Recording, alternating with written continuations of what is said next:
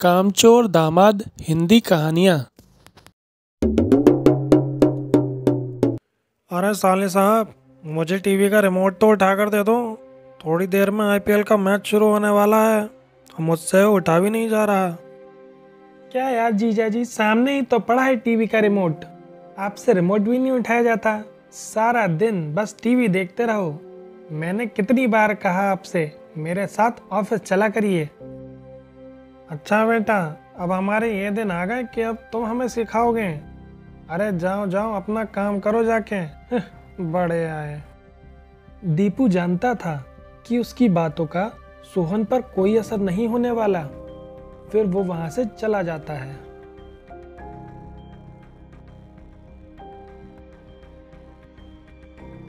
बड़ा आया था मुझे ज्ञान बांटने। अरे यार कोहली, तू फिर आउट हो गया।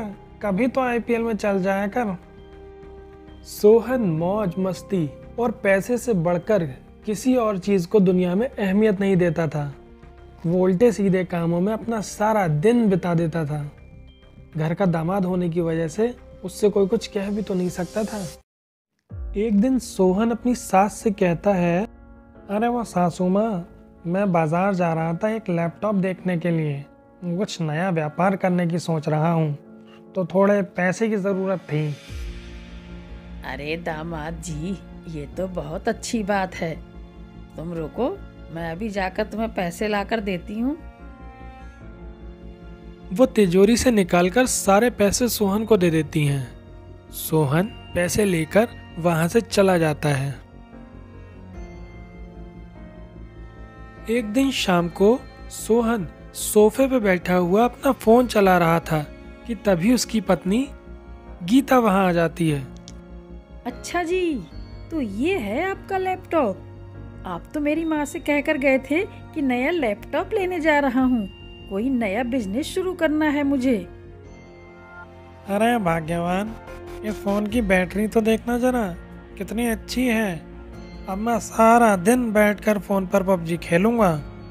अब तुम यहाँ से जाओ, मुझे परेशान मत करो, गेम खेलने दो। हाँ हाँ ठीक है। वैसे भी मुझे पत्थर से सर फोड़ने का कोई शौक नहीं है। इतना कहकर गीता वहां से चली जाती है। अरे इस घर में एक से बढ़कर एक नमूने भरे पड़े हैं, जिसे देखो मेरे ही पीछे पड़ जाता है हाथ धोकर। सोहन रोज अपनी सास को किसी न किसी बात का बहाना बनाकर उनसे पैसे ऐंठता और शाम को जाके जुए के अड्डे पर वो सारे पैसे उड़ा देता था। एक दिन उसकी ससुराल का पुराना वकील आता है और सोहन की सास से कहता है, माँ जी, अगले हफ्ते में प्रॉपर्टी के सारे पेपर्स बनवा कर ले आऊंगा और दीपू बेटा के दस्तखत करवाकर सारी प्रॉपर्टी उसके नाम करवा दूंगा। सोहन पास में खड़ा होकर वकील की सारी बातें सुन लेता है। तो ये बात है, सारी प्रॉपर्टी उस बेवकूफ दीपू के नाम की जा रही है। लेकिन मेरा नाम भी सोहन है, मैं ऐसा नहीं होने दूंगा। अगले दिन सोहन वकील से प्रॉपर्टी के पेपर्स बनवाकर अपनी सास के पास जाता है और अपनी सास से कहता है, अरे माँ जी, मैंने फैसला कर लिया है कि अब मैं घर की सारी जिम्मेदारी अपने इन कंधों पर उठाऊंगा। आप बस कुछ इन कागजातों पर दस्तखत कर दीजिए। अरे सोहन बेटा, इस दिन का तो मुझे कब से इंतजार था। आज मैं बहुत खुश हूँ। तुम जैसा चाहोगे मैं वैसा ही करूँगी। लाओ, इन कागजों पे मैं अभी दस्तखत कर देती हूँ। कागजों पर दस्तखत होते ही प्रॉपर्टी सोहन के नाम हो जाती है। और भाई साले साहब, एक बात सुनो, कल से तुम्हें दफ्तर जाने की ज़रूरत नहीं है। मैंने नए लोगों की भर्ती शुरू कर दी है। तुम अपने लिए कोई और नौकरी ढूंढ लो, और हाँ, रहने के लिए दूसरा घर भी देख लो। तभी वहाँ सोहन की सास आकर कहती है, ये सब तुम क्यों कर रहे हो सोहन बेटा? मुझे तुमसे ये उम्मीद नहीं थी। हम तो तुम्हारे अपने हैं ना। अरे माँ जी, मैं तो बस पैसों को सब कुछ मानता हूँ। पैसा है तो सब कुछ है। और वैसे भी ये सब मैं अपने अच्छे भविष्य के लिए ही कर रहा हूँ। सुनो जी, अगर मेरी माँ और मेरा भाई इस घर को छोड़कर जाएंगे तो मैं भी अपने बेटे को लेकर यहाँ से चली जाऊंगी। लेकिन गीता की बातों का सोहन पर कोई असर नहीं होता है। उसके सर पर तो बस दौलत का नशा सवार होता है। हाँ, ये तो और अच्छी बात है। कम से कम ये रोज रोज की तुम्हारी किटकिट तो नहीं सुननी पड़ेगी मुझे।